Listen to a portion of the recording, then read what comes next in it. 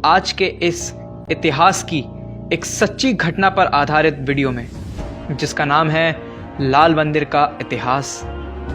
ये समय मुगल शासन का सन 1655 की बात है, जब भारत में शाहजहां का शासन हुआ करता था। उस समय किसी भी मंदिर को बनवाने की कल्पना तो दूर, किसी जैन प्रतिमा या मुनि के दर्शन भी दुर्लभ थे। उस समय शाहजहां लाल किले में रहकर देश पर शासन करते थे और उनके सैनिकों की छावनी खूनी दरवाजे तक खुले मैदान में थी। एक दिन सेना के एक जैन सैनिक रामचंद्र को कहीं से भगवान पार्श्वनाथ की एक दुर्लभ प्रतिमा प्राप्त हो गई। उसने श्रद्धा पूर्वक उस प्रतिमा को अपने घर में ही विराजमान कर लिया और नियमित पूजा अर्चना शुरू कर दी। सेना के अन्य जैन सैनिक भी वहां आते और दर्शन करते थे। धीरे धीरे यह खबर आसपास के सभी जैन शावकों में फैल गई, तो वे भी वहां आने लगे और भगवान की आराधना करने लगे। कुछ ही समय में वह जगह लश्करी मंदिर के नाम से प्रसिद्ध हो गई।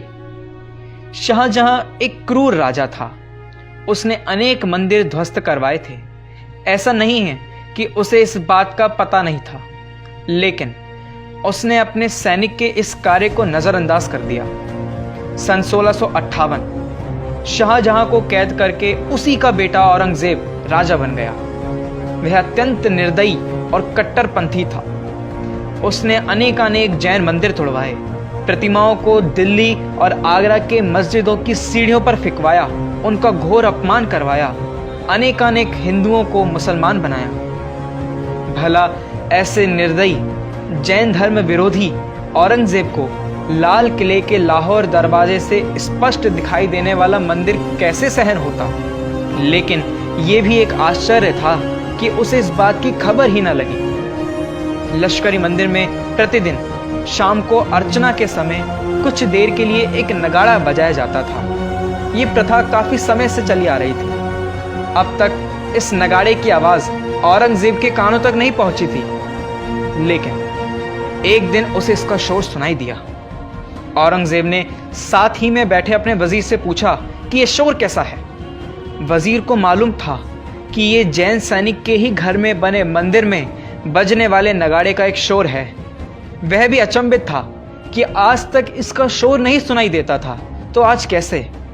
तब उसने बादशाह को उत्तर दिया, आपके एक इशारे पर मर मिटने वाले सैनिकों के घर में शाम के समय थोड़ी देर के लिए एक नगाड़ा बजता है।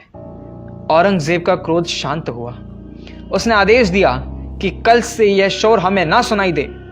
यह आदेश सुनकर सभी जैनी भाई सहम गए और अगले दिन किसी में भी अर्चना के समय नगाड़ा बजाने की हिम्मत ना हुई, क्योंकि कोई भी औरंगजेब के गुस्से का शिकार नहीं होना चाहता था।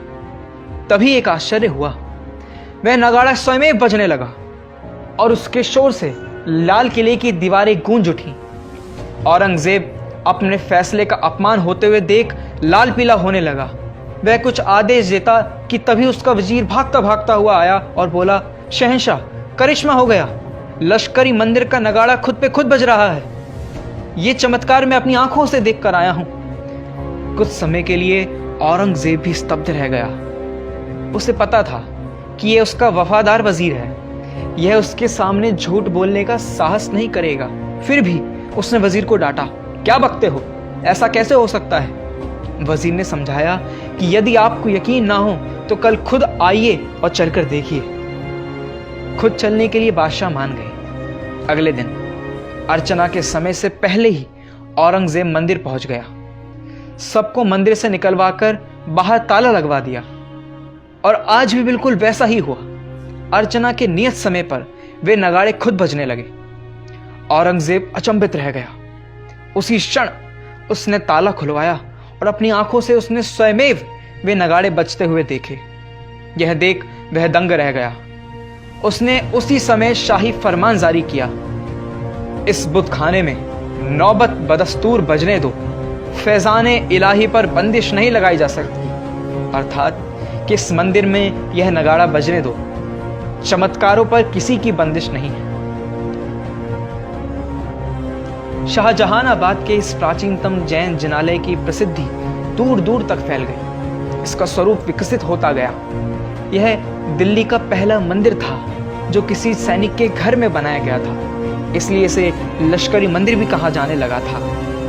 उसके बाद इसे उर्दू मंदिर भी कहा जाता रहा, क्योंकि इसके समीप उर्दू बाजार लगाया जाता था। सन 1878 में हुए नवीनीकरण में यहाँ लाल पत्थरों का प्रयोग किया, अतः यह लाल मंदिर के नाम से प्रसिद्ध हुआ। तब से अब तक अर्थात 141 साल से यही नाम प्रचलित है। हमें स्वयं पर गर्व होना चाहिए कि हम जैन कुल में जन्मे हैं। ये जिन शासन का ही प्रभाव था कि जिसके आगे देश के एक मुगल राजा को भी झुकना पड़ा। यह कोई काल्पनिक घटना नहीं है, अपितु पूर्ण सत्य हमारा इतिहास है। इसका जिक्र अंग्रेजी इतिहासकारों ने अपनी किताबों में भी किया है। वीडियो को देखने के लिए धन्यवाद।